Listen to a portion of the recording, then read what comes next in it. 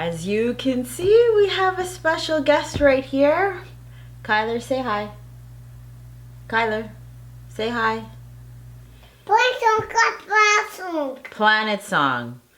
Kyler is into, like, obsessed with the solar system. So please don't mind him. And please don't mind my phone keeps going off because I just found out an hour ago that lockdown is extended from May 20th to June 2nd, and all my customers are messaging me trying to find out what's happening with their hair appointment. Hey, what's up, y'all? It's me, Jenny here. Welcome back to a brand new episode of how I try to find balance in my life as a mom. So today I wanted to talk about the top 10 tips I have for beginners who are starting a diamond painting, their first diamond painting, their first paint by numbers, their first cross stitch, or their very first embroidery, anything that's arts and crafts. I wanted to talk about my tips for you when you do arts and crafts. So if you want to know what my top 10 tips are for you, please keep watching. My first tip for you is back support. Get good back support. So clearly you'll be doing your arts and crafts. I'll just call diamond painting, paint by numbers, embroideries, cross stitching. I'll put everything under the word crafts or crafting just to make this video a lot shorter because I'll be mentioning it a lot. But anyways, back to what I was saying is that when you're doing these crafts, you will clearly be sitting and you're gonna need very good back support.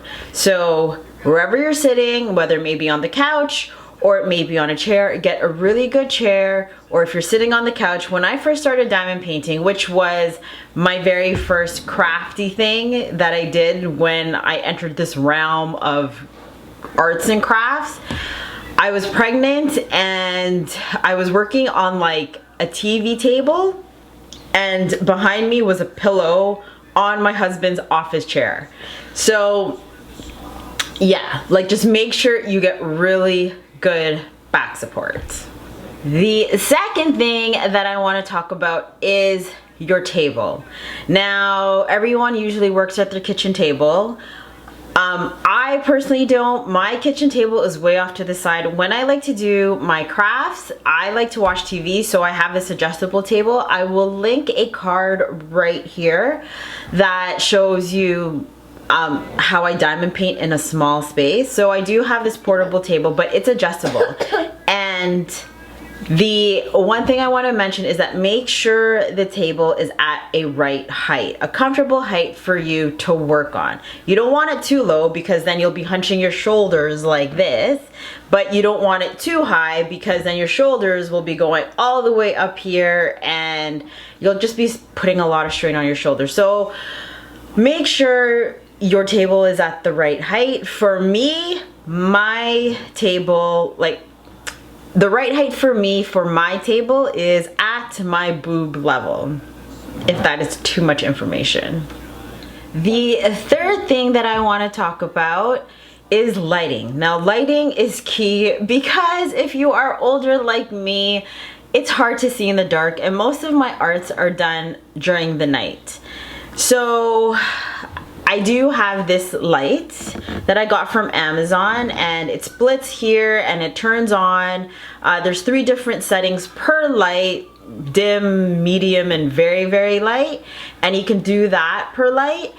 And also, like, that's what I do for arts. When I diamond paint, not only do I have my lamp, I actually have another light, which is my keypad. So this goes underneath my diamond painting. So not only do I have light coming from the top, I also have light coming from the bottom, which is very important because in diamond painting, when you want to see those little symbols, you need to see them and you need really bright light to see those symbols. And yeah, lighting is key. The fourth tip that I have for you is to organize your DMC floss and to organize your drills. So when you first receive something in the mail and you want to work on your craft, it's gonna take a lot of time at the beginning to organize everything, but trust me, in the long run, you will thank me because it actually saves you a lot of time as long as you put in the time at the beginning.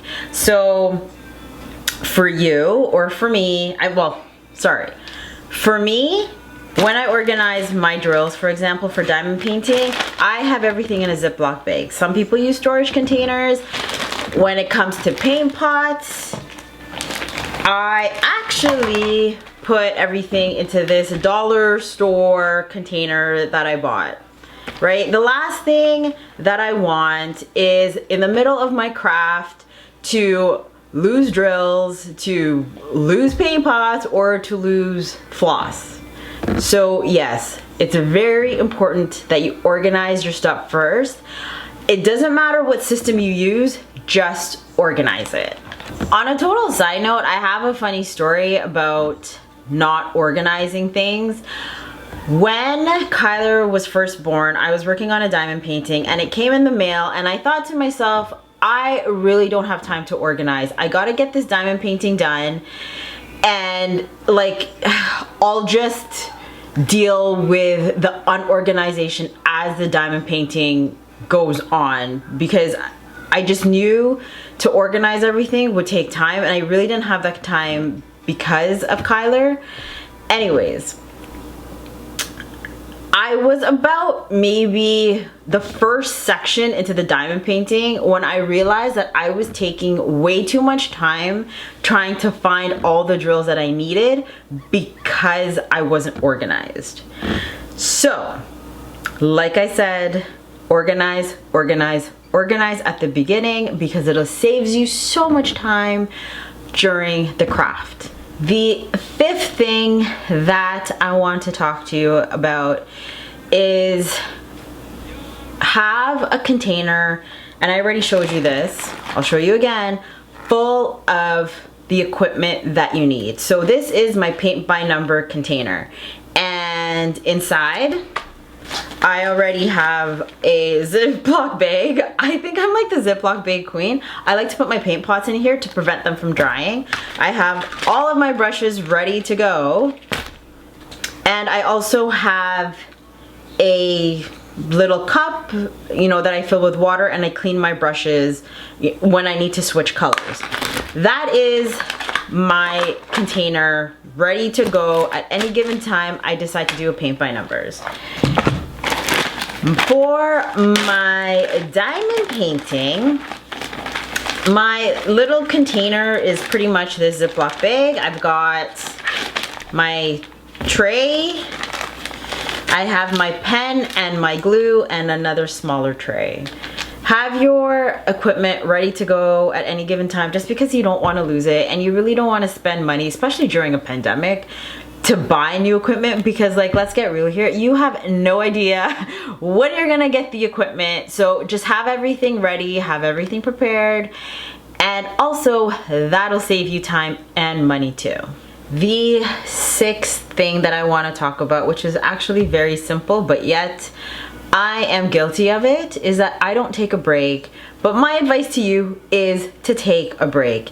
You can get so involved in your craft and you'll just forget to go take a break. You'll forget to go pee, and you have to tell yourself to pee, which is not healthy. So I set a timer about every hour, no matter which craft I'm doing, just to get me to walk around, to go eat something, to even like just rest my eyes if I have to look at something else for the next 5 minutes. Just don't forget to take a break. The seventh thing that I want to talk to you about is that do your craft when you know you won't be interrupted. I don't know about you, but I find when I start a craft, it takes me about like 30 minutes to like really zone in and get into it. And it would really suck if anyone or anything came and interrupted my zone. You know what I mean? So make sure you just have a lot of time to do it with no interruptions. The eighth thing that I want to talk to you about, and this is really for when you're about to order your craft, whichever craft it may be, is that the more detailed the picture you're about to order, the bigger the canvas should be. So, oh yeah, you're playing with mommy's hair, okay. You don't want a small picture with a lot of detail, because if that happens, it will be completely pixelated, which means that you'll see squares everywhere or you'll see dots everywhere. The picture won't be clear. For paint by numbers and diamond painting, I will tell you firsthand that you do need a bigger picture. The more detailed, the bigger the picture. However, there is one exception, and that exception is cross stitch. So cross stitching, I mean, it's not like diamond painting or paint by numbers or even embroidery where you get to choose the size you want. It just comes in that size depending on the count that you choose. So there's 11 count, there's 14 count, there's 18 count. Just choose your count wisely. Usually the higher the count, the better it is. The ninth thing that I want to talk to you about, and this is very important. So if you are an avid watcher of all of these craft channels, okay? All these craft channels, like, they have diamond painting pens sent to them, they have paint by number brushes sent to them, they have like a whole bunch of equipment. They have extra needles for embroidery or cross stitching, they have extra floss in case if they run out. Understand, this is their career, so yeah, they have to be quote unquote fully equipped for the job. But for you who is just doing this at home just to pass time, don't want to make it your career, it's just simply a hobby, every kit that you get in your craft, whatever craft it is, you will be supplied with enough tools to get you to finish your craft. When you have a paint by numbers, those 3 brushes that they give you is enough. With the paint pots, those paint pots are enough, and yes, they look small. You don't have to worry that you're gonna run out of paint. When it comes to cross stitch or embroidery, you do have enough floss, and those 2 needles that they provide you with, that's enough. When you do diamond painting, your pen and the glue that they provide you and that tray, that's enough. And finally, the last thing that I want to talk to you about is do your research before you purchase the canvas, because now it's huge in the community. If you don't know, now you know. There are companies out there that steal artists' image and not compensate them for the image that they stole, which is not fair. And there you have it. Those are my top 10 beginner crafts for crafting. So you tell me what some of your advice is to new beginners.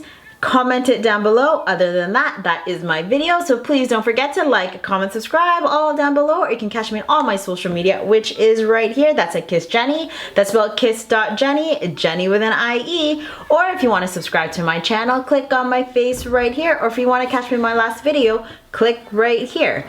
I upload videos every Thursdays, and I'll see you on my next video. Bye-bye.